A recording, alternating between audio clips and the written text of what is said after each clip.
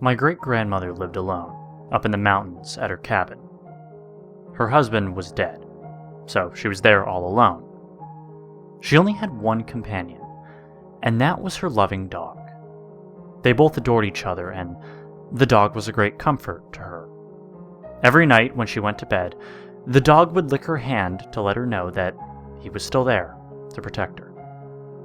One night, she had gone to bed and the dog had licked her hand, like he had done routinely every night since her husband died.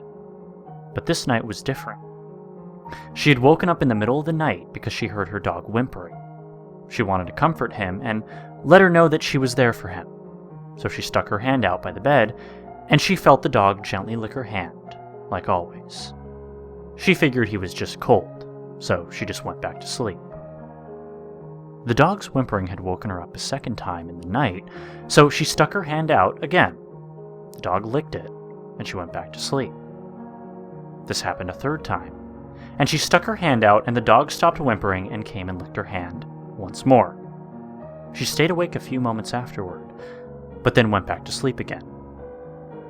In the morning, she woke up and stuck her hand out by the bed, but nothing licked her hand. She thought that the dog had already awakened and was just in the front room, so she rolled over and got out of bed and could hear a drip, drip, dripping noise. She thought the sound was coming from the kitchen, so she walked over and turned the handles on the sink faucet, but it wasn't the source of the noise. After frustratingly checking the sink and its pipes, she gave up and continued into her bathroom to take a shower. As she got closer to the bathroom door, it was evident that the sound was coming from within.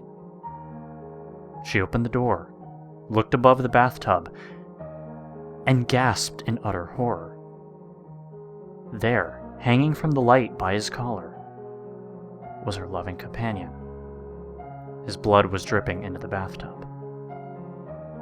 She screamed and began to cry. Wiping her eyes and sobbing, she turned and looked into the mirror.